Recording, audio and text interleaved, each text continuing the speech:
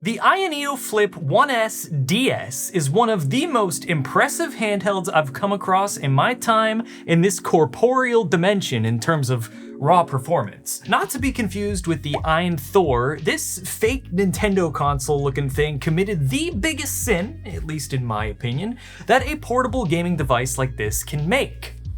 The thing ships with Windows 11. Boo! Boo! Boo! I know, it's okay, please, calm down, please stop crying, I did not mean to upset you. Oh, sir, please stop doing that, there's children.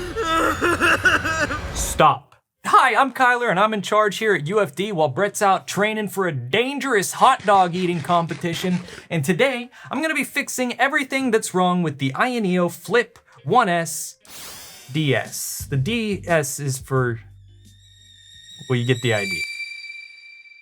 This thing's been sitting on a shelf collecting dust here for a while, and it's honestly a dang shame. The Flip 1S is capable of a hilarious amount of compute power for such a small Mario Kart DS-shaped form factor. This one's got a Ryzen AI 9 HX370 CPU with Radeon 890M graphics, a 2TB upgradable SSD, and freaking 64 gigabytes of DDR5. It is seriously good. I just legitimately do not like navigating Windows on these handhelds. It is so annoying. There's constant hiccups in the process of just trying to run games on them. So naturally, I thought the proper course of action would be to delve into completely uncharted waters. No relation to that Nathan guy.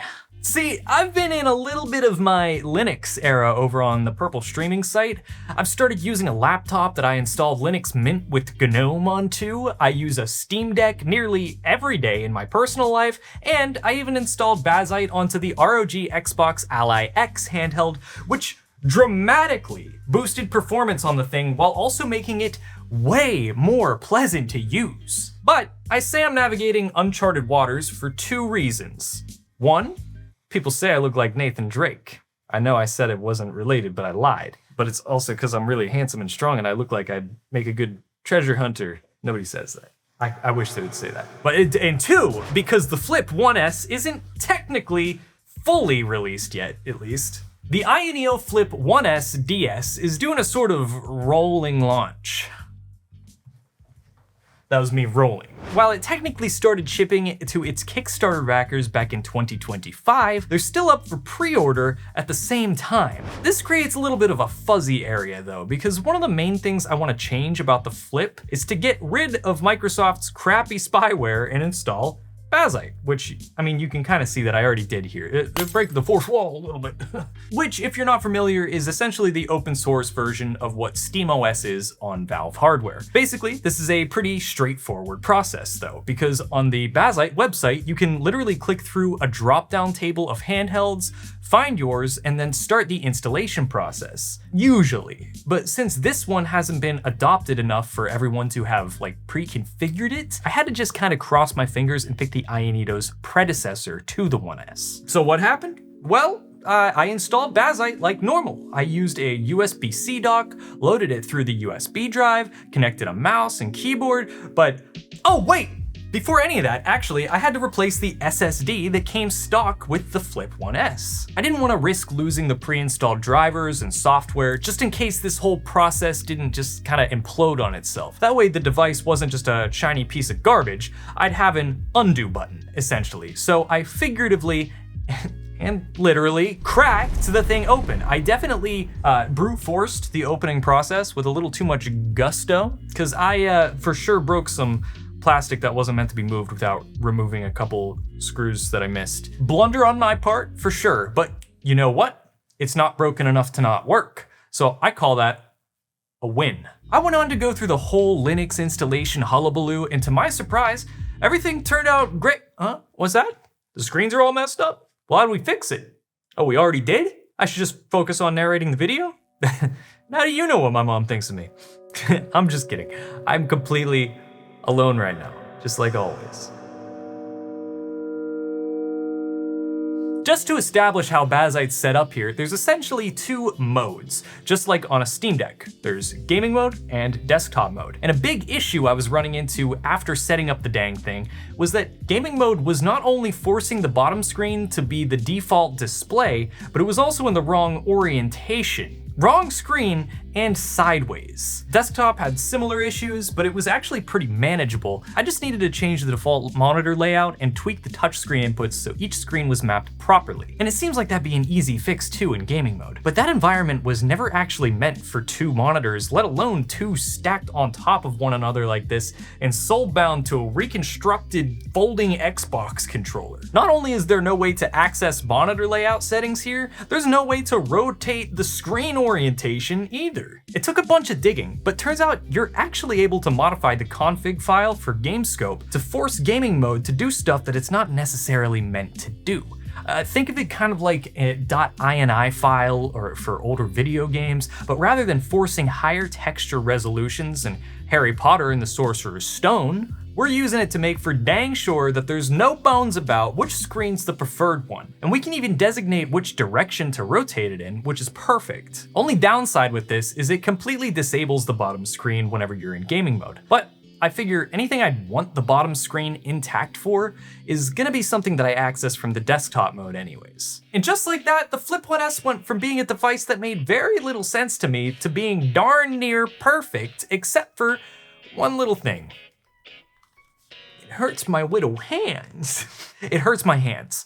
Yeah, probably the only part of this thing that is more annoying than Windows is, well, it's actually probably the price tag. But behind that is absolutely the ergonomics. Holding this thing sucks. I know it's meant to be like a DS, but come on. How are we this deep into PC handhelds and companies are still putting out stuff that physically hurts me to use, especially with these sunken thumbsticks? I was trying to play Half-Life 1 on the thing and it was literally causing me pain to try to balance the weight of the handheld while also not over-aiming every head crab, hound eye, and the occasional loose snark that came my way. But there was a saving grace. A surefire way to make sure nerds and dorks everywhere could do their part to make sure the Flip 1S got all the ergonomic support it needed. These little holes on the back of the console. Yeah, Ioneo designed it with switching out these little grippies in mind. And I don't mean to brag or anything, but I was able to find one singular 3D print file that someone else made, not me, that gives the thing the most cartoonish children's drawing looking grips imaginable. Let me put them on right now. Let me put them on for you. Watch this. Pop. Henry, show him some B-roll. These things are still leagues better than it is stock though. They legitimately make the 1S so much more enjoyable to use. And it wasn't even meant for the 1S. Yeah, these things are designed for the thing's predecessor. I just printed them out and kind of hoped they'd work. And while it was a pretty tight fit like around the sides, it looks like Ioneo actually reused the same hole design on the back for this generation when making the grips. And all I gotta say is, thanks, freaks with 2 E's on MakerWorld. You really helps me out here. I will say though, they did break pretty quickly on me, but you can only expect so much from PLA, and in the description of the print file, it does recommend using PETG, but honestly, it's easy enough to just reprint replacements. These only took like an hour to print or something, and I promise I'll be more careful next time. I'm lying. In my experience with installing Bazzite on another handheld, the ROG Xbox Ally X, gaming performance can actually be held back a ton by Windows in a lot of cases, and after taking the proverbial Linux plunge, it opened up a whole new world of frame rate. I'm talking like for the Xbox handheld, it felt like I had just installed new graphics cards level of upgrades. So I'm curious to see if something similar happened with the Flip 1S. So let me go ahead and do that real quick. Whoa, I was not expecting those results. I'm supposed to look scared. Not getting too in the weeds with this whole gaming thing, but I did benchmark Far Cry 6, Cyberpunk 2077, The Witcher 3, and Expedition 33 on the Flip 1S. That's a lot of All those games have numbers in the titles. For Far Cry 6, I tested 1080 low settings, which averaged around 53 frames that never dipped too far below 30. And while it was able to dip into higher overall ranges, it actually hung nearly identically to the performance on Windows. Same with 720p Ultra and Medium presets, which held up at 56 and 66 respectively in Bazzite compared to 53 and 62 on Windows. Cyberpunk was interesting because 1080 low and 720 high both averaged about 40 frames on Bazzite as well as Windows. But at 720 low, things got interesting. 58 FPS got squeezed out of the Flip 1S on Windows with these settings, but Bazzite was able to crank it up to 80 with a high of over 100. The Witcher 3 ran firmly in the upper 50s, low 60s at 1080 low on Bazzite compared to the just barely playable 35 FPS on Windows,